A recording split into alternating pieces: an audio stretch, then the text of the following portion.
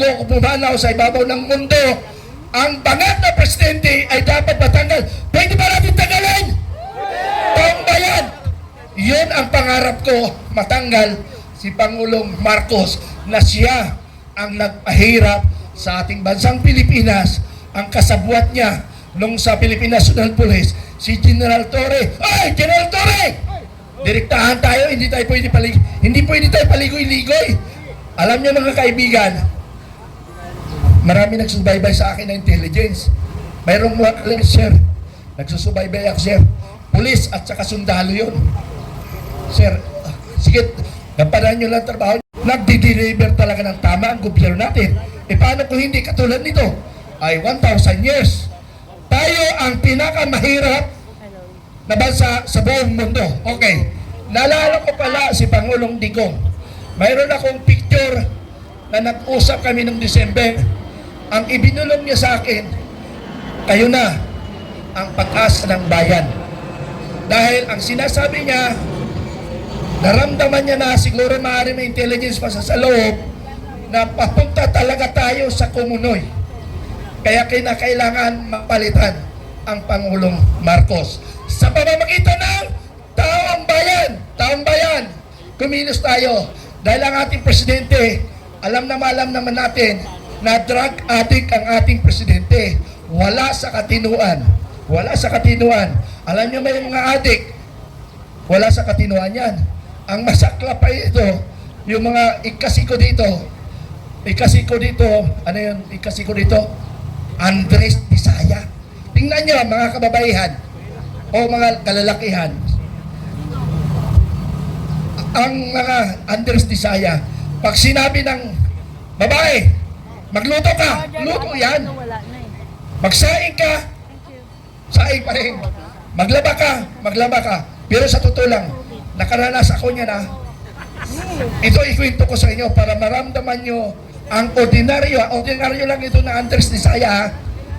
Ordinaryo lang ito na Andres Bisaya. Bumisita ako sa isang detachment. Ang hari-hari doon, yung asawa, hindi naman naka-uniforme yung asawa. Inutures lang tumira sa kampo. Siya ang nasusunod doon, hindi yung detachment commander. So ganun ang nangyayari sa Malacanang. Alam nyo ba mga kababayan, may classmate kasi ang aking anak sa Malacanang sa law staff. Alam nyo ang ginagawa na kwento ng anak ko sa akin? Sinisipa lang si Marcos ni First Lady. Sa hagdanan pa yun, sa harap ng tauhan niya. Napakawalang iya ang pamilya Marcos Jr. Wala sila, hindi dapat galangin yan. Totoo po yung pinto na yan. At marami kayong karanasan yan. Na hindi dapat ginagalang unang-una yung mahinang leader. Pangalawa, inubos niya ang kaban ng bayan. Kaya dapat taong bayan makinig. Ulitin ko, kung hindi nakiisa ang mga inaasahan nating pinuno, ay dapat itong laban natin ito ay tapos na. Sino dapat ang una natin sisihin dito? Sino dapat ang sisihin ng taong bayan? Unang sisihin natin si Secretary Gibo. Sir, may idol, pero ngayon walang iya ka na sa aking paningin. 3 complaint ko sa iyo. Sumulat ako sa iyo. Sinasabi mong busy. Hindi mo nga maayos ang problema ng ating bansang Pilipinas eh. Tapos sasabihin mong busy ka. Sumulat ako 3. Bakit? Mayroong 4.9 billion sa loob ng armed forces sa aming retirement pension benefits. Hanggang ngayon tinatago nila. Kaya ngayon bawal ako pumasok ng kampo. It's because of that. Personalan nila akong tinitira. Pero lalaban ako habang ako'y nabubuhay sa aming benefits. Kaya yung mga police, Coast Guard, ano pa man, sa akin tumatawa, sir, paano mo ako matulungan? So binibigyan ko ng idea, paano tulungan? Kaya mga kababayan, sana ako ay nakikiusap ang taong bayan, sana lumabas na kayo, kumilos na tayo. Ulitin ko po, sino ba yung mga... Isa pa si General Torre.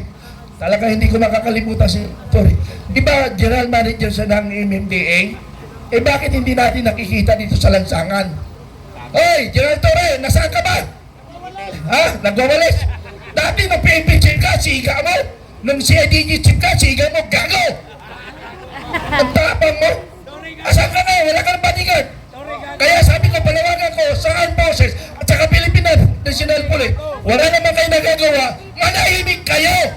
Kasi ang taong bayan, lalong nagagalit sa inyo pag nagsalita kayo. Katulad, ang salita, ganito. Ang salita nila, ganito.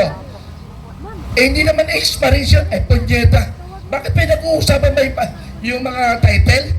Ang pinag-uusapan yung malita. Ay, sus.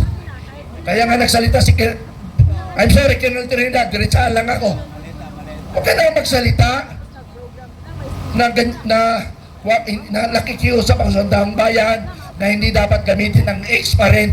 Ano ibig sabihin? Yung certificate nila, pwede bang ibaliwala yun? Yung pangalan nila? Ako, sabihin kong ex-military ako, ayaw nyo tanggapin. Paano yung order ko? Pag ako namatay, may bandila ako. Ano yun?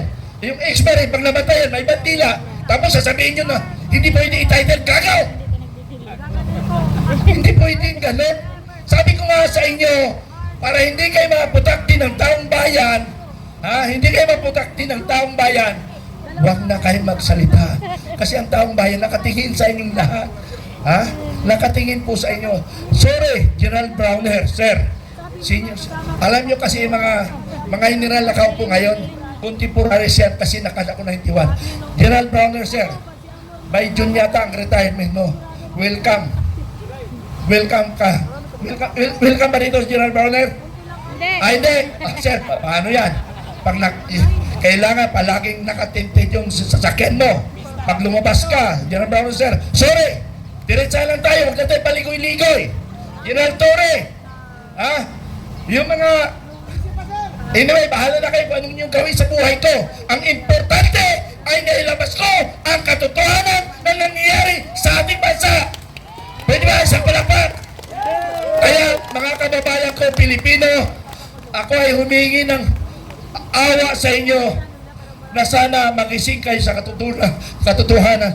Ako po ay lumuluhod sa inyo na nagmamakaawa po ako sa inyo na sana po magising na kayo na ang ating bayan, kinakawawa na po. Walang nagtatanggol. Kami lang po ang nagtatanggol dito. Gusto nyo ba kami na lang magtanggol at kayo ay masarap? Kaya nakikiusap po ako sa taong bayan, magising na tayo sa katotohanan. Lubog na lubog ang ating bansa. Maraming pong salamat.